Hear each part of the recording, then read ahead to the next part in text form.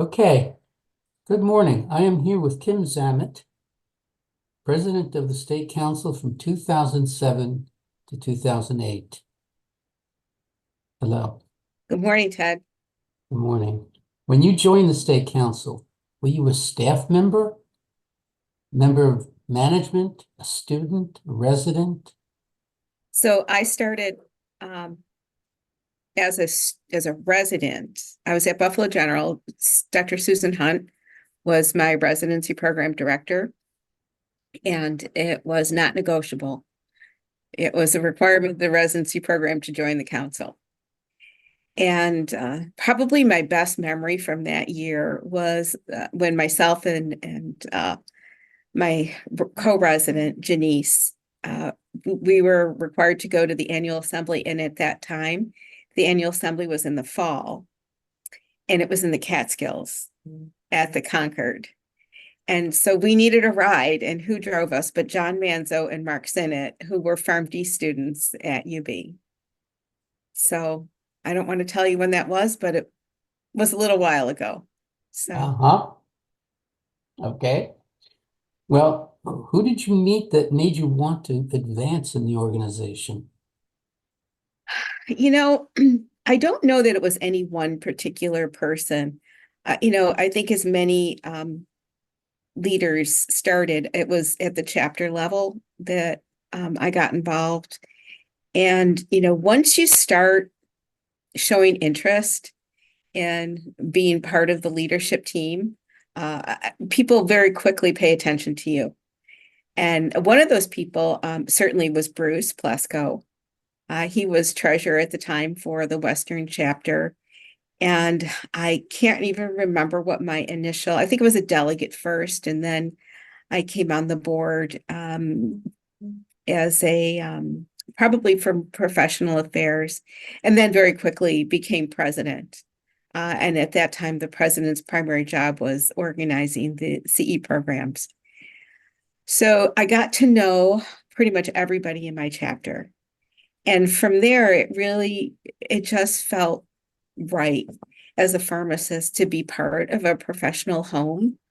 And, and it wasn't really just the Western chapter. It quickly became the entire organization that felt like home. Right. Well, you mentioned a couple of previous presidents.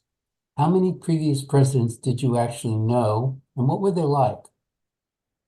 Oh, so let's see. So Tom Lombardi, I also knew. He was a PharmD student when I was in pharmacy school, so met him there. Uh, let's see. You mentioned Sue Uh, Hunt. Sue Hunt. I'm trying to think who else. Certainly I met a lot of people along the way. Dave Blanchard, who, he is, of course, no longer with us, but he was actually a pretty big part of my journey as well. He and I graduated from pharmacy school together. He was my class president, and he was definitely a role model in terms of his leadership abilities. So, yeah, he was very important in terms of my wanting to move forward in the organization, certainly.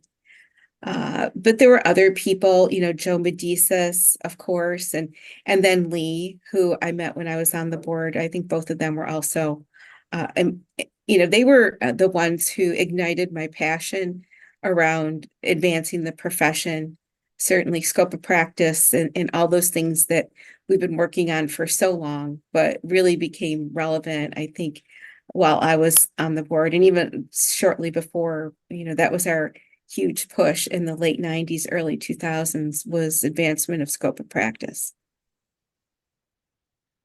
What challenges did you see as a member, as a board member, and then as a president of the council? Well, I guess I'll start with challenges as president. That every year is a little bit different. So every president there are some things that happen that impact your presidency that you don't have control over. And that's probably the hardest part to accept, is that it's a very short period of time and you are at the mercy of a lot of unseen forces. And so when I was president, actually, we lost our staff at the council office. And so there was a time that there was really not a lot of support there. So that was really a pretty big challenge. But I think we persevered. We had a very involved board at that time, and I think everybody pitched in and helped us get over that. Challenges as a member, I think, I don't feel like I can speak as a member because I've been a leader in this organization for so long. But so I don't know what it feels like to not have really felt like this, the council was, part of the fabric of my professional soul. But I can say that I have heard from others, what their challenges are. And it seems as though it's always the same. For 30 plus years, people don't necessarily understand what the value is of a professional organization beyond, CE programming. And Ted, you did that for a long time. You were the chair of that, and it's an important thing for sure. But what I really always try to impress upon people is that this is really not just about CE, and it's not even just about networking, because networking seems so impersonal. It really is about developing relationships that last a lifetime. And like before, so we talked today. I was actually on a call with Mark Sinnott about a program they're doing at the annual assembly. So somebody who is now a lifelong friend because of the relationship that we forged as members of the council. Okay. Membership always seems to be an issue. You remember what members once wanted during your presidency? Again, this is following up on. Right. I mean, I think, probably a lot of what we just talked about, which is around CE and the services that the council can provide.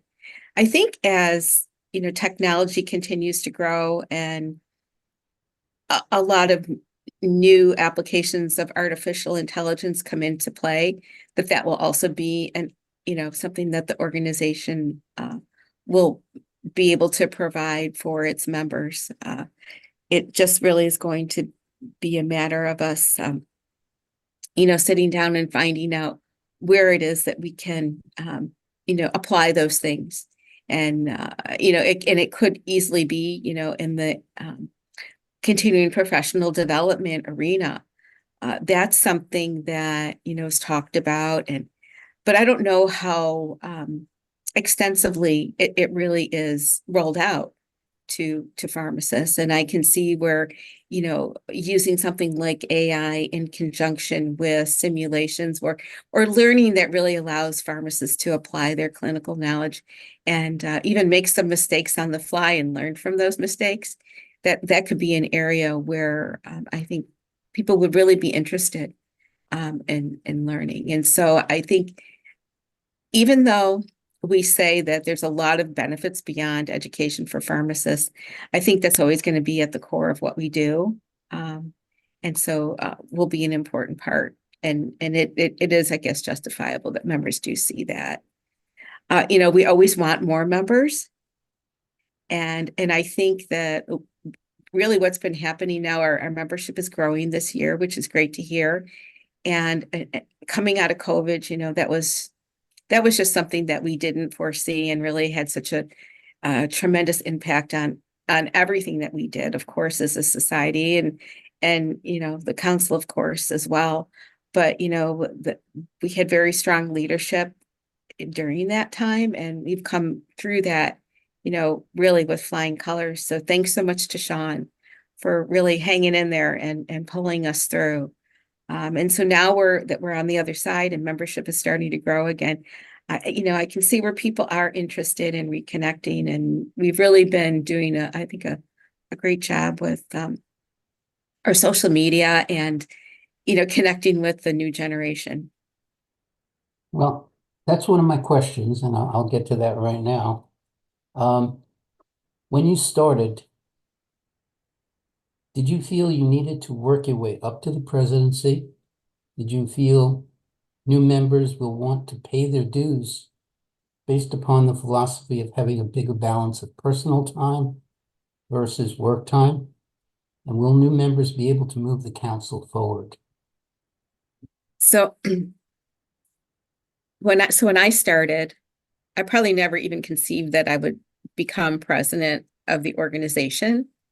So that was even getting on the board. I still remember that phone call that John Manzo gave me because I was initially appointed to the board because someone had left, and it was certainly an unbelievable thing, and it never even occurred to me that it wasn't something I would have trouble doing because of work-life balance. I think at the time there was no such thing as work-life balance. We all just worked. I was, going to school, and I was president of my chapter and then on the board of directors. And that's just what you did. True boomer. Yeah, but maybe we're the silly ones, right? And maybe it is way smarter to think about the other pieces and parts of your life that are important and require attention. And so I think that's part of our challenge. But I also think that there's a lot of people waiting in the wings, like past presidents, that are willing to help and provide support and guidance for new leaders. And so they don't ever have to feel like they're alone, for sure.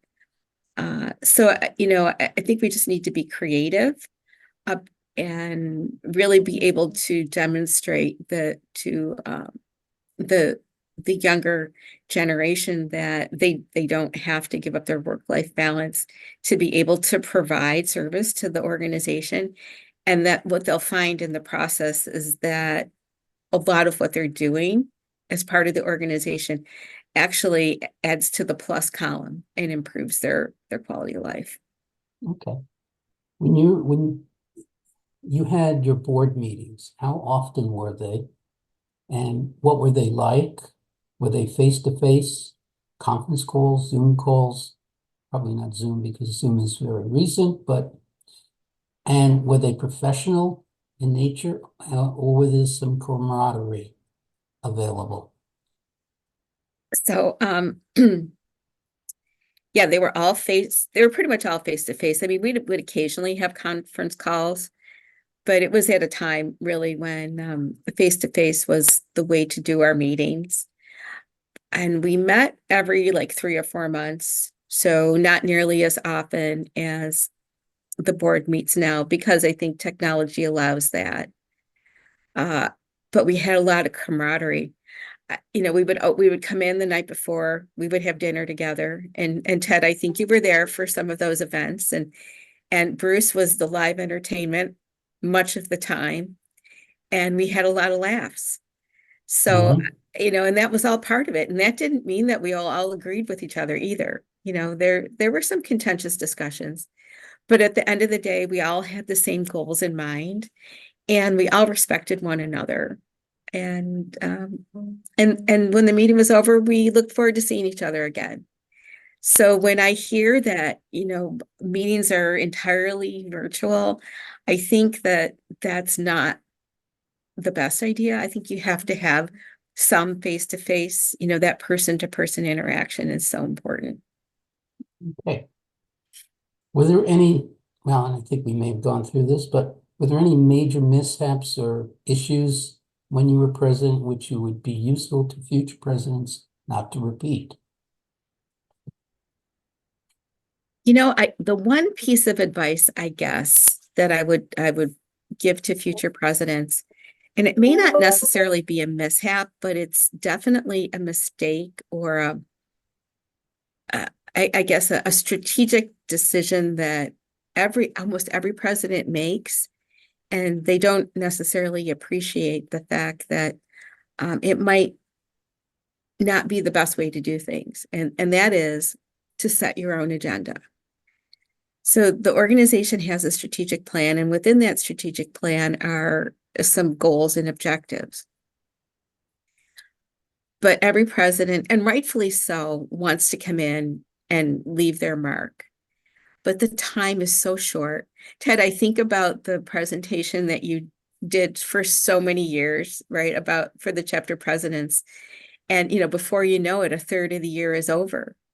And that's what happens too when you're president at the state level. And even though it's a 3-year commitment, it's hard to hit the ground running unless you use the strategic plan and you have a good handoff from year to year, from president to president. I'm not saying that a president shouldn't have some things that are meaningful to them and some goals that they do want to accomplish. But so much of what we need to do as an organization can't possibly be done in that short time frame. And so looking at that strategic plan and speaking with your board and really deciding what needs to get accomplished based on that plan and what's doable in the time frame is probably the best priority that you could have in order to really look back and feel like you had a successful year. You talked about your first annual assembly. When you were president, how did you feel during your installation? Was it crazy, chaotic, just plain busy, or sedate? I mean, how did you feel? So, it was exhilarating for sure. The best part really is that your whole family was there. And my mom, who, she hardly ventured away from home, made that trek up to the Sagamore, which I'm grateful that was where I was able to be installed too, because it's really one of the most beautiful places I've ever been. And so I think I drank it all up, Ted. I didn't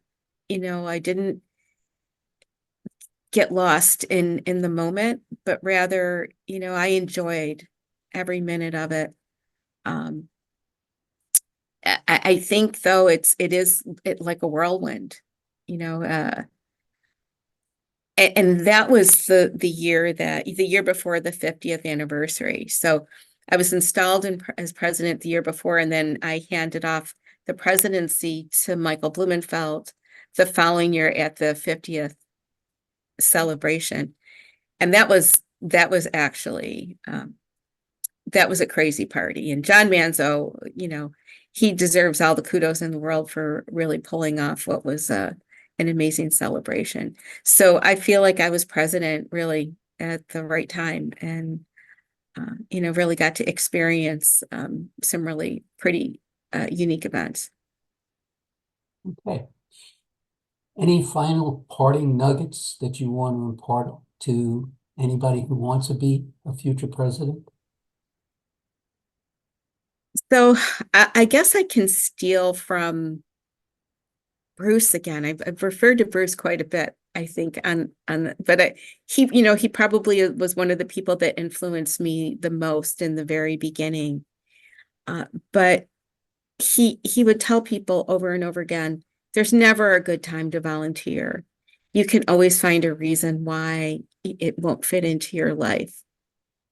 But, don't be afraid of that. We as pharmacists need to be in charge of our profession. We need to determine our own destiny. And that means that all of us need to be involved somehow. So don't be afraid to dip your toe in the water and start out as a delegate, and don't think that you can't attain the role as president, because it's work to get there. You can't go from delegate to president in 1 year, But in all that time that it takes you to get there, you will build your knowledge and confidence and ability to be a leader. And everything that you learn while you're leading this organization, in whatever way that is, on a committee or as part of a chapter board, will help you in life. It'll help you with your work life as well as your personal life. All those skills are transferable. So there's lots of benefit, and just don't be afraid of it. Okay. Thank you so much. With that, we'll conclude the discussion. Thanks, Ted. Okay.